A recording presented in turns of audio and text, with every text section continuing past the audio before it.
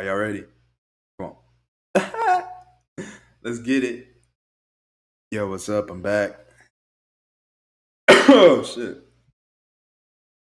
Oh, oh God. Damn.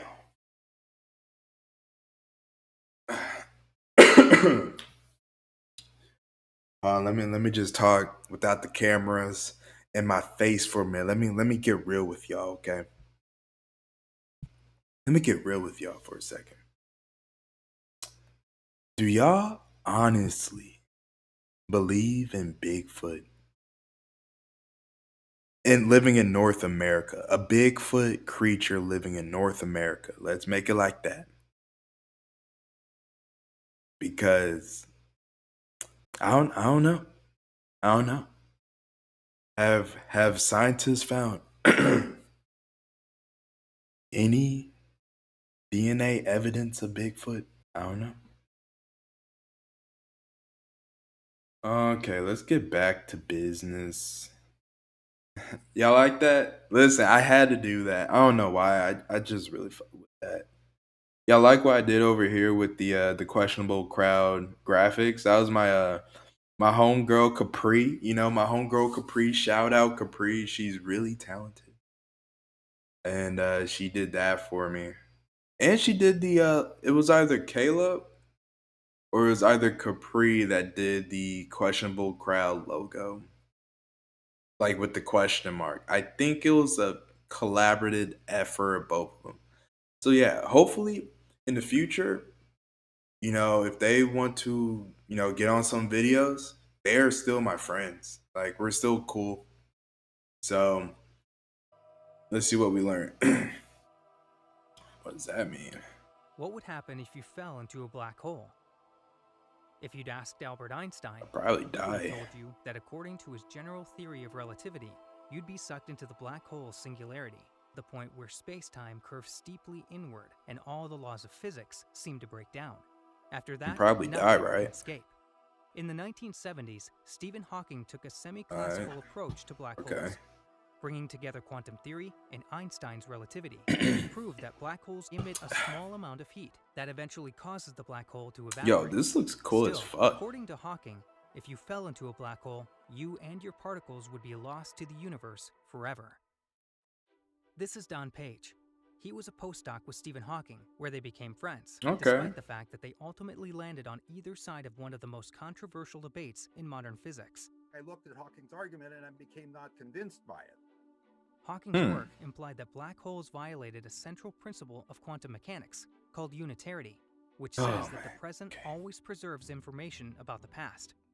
So how Okay. could it be possible that black holes destroy information? Okay, that makes sense. This became known as the black hole information paradox, and for decades, it made physicists queasy. Queasy According is to that Page, if okay? you were to fall into a black hole, you wouldn't be gone for good. Particle by particle, the information needed to reconstitute your body would reemerge. Well, it would be highly scrambled by the black hole. It would Yeah. be much Like it worse wouldn't than even, come together. if You you wouldn't become burned like up your some body and it turned into AI ashes. But, intelligence another particle analogy is if you size burn up a book human. and you have all the ashes, the information is still somewhere there, is somewhere in the universe, we believe. The key to understanding why the information is preserved lies in a process called quantum entanglement. When black holes emit radiation, that radiation maintains a quantum mechanical link to its place of origin. If you tried to measure the radiation or the black hole separately, the information would look random. But when you look at them together, they I need to exhibit fix a my pattern. delay. I don't even know how to Somebody took fix the it. I coin, guess I'll and figure it you out put it in your tomorrow. I hand, and mean, then you sort of shook it no out one's and put like it in in the there once chat, and sent it so off to two that's, people. it Then a doesn't black hole matter. would So I'm form gonna a just post correlation these on if one person YouTube and would like have cut them heads, up. the other person would have tails. And this quantum entanglement is like that, except it's an even more subtle. This is the Page curve, which he created to track changes in the entanglement between a black hole and its radiation as it ages. The degree to which the information is entangled is called its entanglement entropy. At the start of a black hole's life, its entanglement entropy is zero, since it hasn't emitted any radiation. And at the end, its entanglement entropy is zero again, since the black hole has God, I evaporated. need to get But in comfortable in this between, shit. as Fuck. radiation trickles out, the entanglement entropy grows. Page showed that, in theory, information can escape from a black hole. In a series of groundbreaking papers, physicists have shown that the entanglement entropy of black holes really does follow the Page curve. These calculations give more evidence that indeed the information does come out, but the details of how that actually happens and still remain to be understood. And of course it raises the picture that maybe space-time is fundamental. Maybe there's something Oh, deeper than fuck. space-time, and maybe the basic quantum description will be God, something that's man. not space and time. Oh, But I no. think there'll be parts of the puzzle I think that'll persist for many more decades. Bro, I'm stupid. Another puzzle that's I'm so baffled the scientific stupid. community Oh, for no. decades is superconductivity. Bro, this so When boring. various metals are cooled to Why? extremely low temperatures, they can conduct electricity without losing energy. This happens because the freezing temperature allows electrons to move slowly enough to Oh, overcome their natural repulsion with each other, and they begin to form pairs. okay. Like any good couple should, they balance each other out and begin to move in the same direction. Preach. When this happens, electrical resistance disappears. This is what makes superconductivity the holy grail of energy efficiency. If only scientists could overcome the limitations of temperature. This is If Ryan Diaz. only. This year, he and a team at the University of Rochester Sorry, I'm created a trying to make sure metallic there's nothing on compound my that for the face, first guys, time because exhibited no one's here to superconductivity at tell room me temperature. there's something on my So you face. have a very small You know? two Like, diamond how am I shape, supposed to know? I don't have a sit mirror in front to of me. each other, and then you put your sample that you need to study in between those You look diamond just shapes. like one of my So you friends can from apply elementary force school. mechanically. Diaz's team applied pressures almost as extreme as those found at the Earth's core. They did this Maybe by that's crushing the him. compound inside a microscopic niche they carved out of a diamond anvil. Then, they triggered chemical reactions with a laser beam.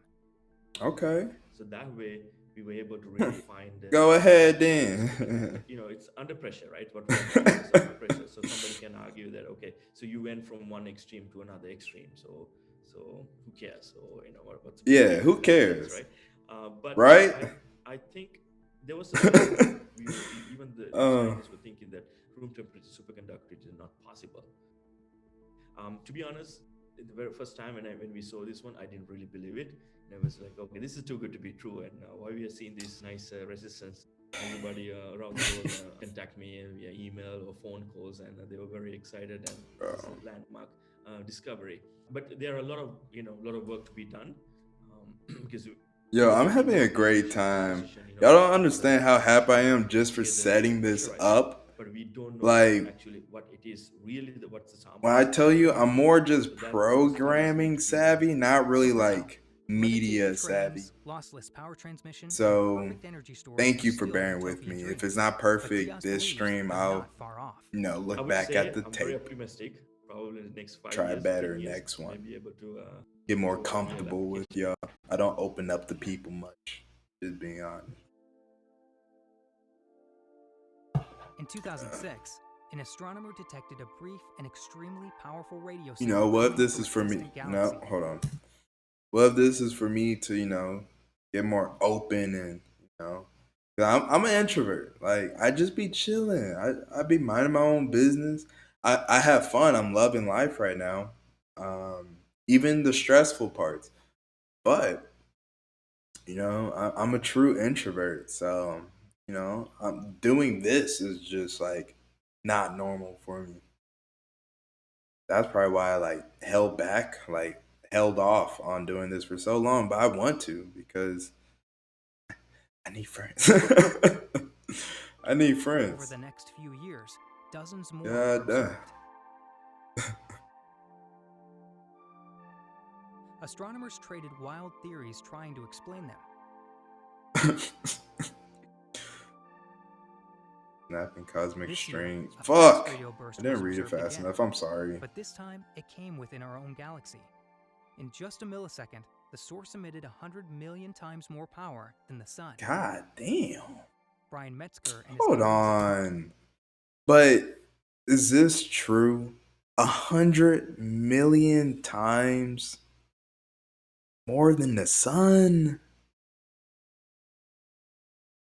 Is our sun so insignificant? Are we going to allow that for our sun to be so insignificant? This disturbs me. I'm disgusted. Like, it couldn't be 10 million, 100 million. Uh, are we special in this universe? Are we? Because our sun is not. That's all I'm saying. Hold on. Columbia University analyzed the data and found the source, a magnetar. Guys, I'm So so magnetar comfortable is a right neutron now. star. Like, So fuck. neutron stars form when other stars die at the end of their lives. The core of the star collapses in and forms a neutron star, a very compact object about the mass of our sun, Damn. about the size of New York He City. got a dumb And when neutron head. stars explode as a supernova, Oh, he the got neutron that stars that are dumb. left over. And magnetar Goodness is an gracious. extreme version of a neutron star Don't with look a at very my head, strong though. The magnetic fuck field. y'all. So there was a magnetar in our own galaxy that Now I got produced a big head. a flare of X-rays, and arriving on Earth at essentially the same time as the X-rays was a burst of radio emission, which if we'd put it into a different distant Damn, galaxy those would have looked a lot graphics. like a That is fast radio fuck. burst. But we were, identifying that it came from a magnetar within our own galaxy. So that's pretty good circumstantial evidence, that magnetars can Wow. produce fast radio bursts. Fast radio That's bursts are crazy. great because we can see them almost to the edge of the universe. And so, in addition to actually understanding what's This producing wine's them, so good. one of the exciting things is we can use them as probes of the true Oh, state of matter between us and the radio source. And so I think that's very exciting as we discover more and more fast radio bursts. And if it turns out that they come from magnetars, then we're also wow. probing where all the magnetars are in the whole universe, which is something we didn't That's think was great. At the end of the day, that's some particularly great possible. work. The human mind.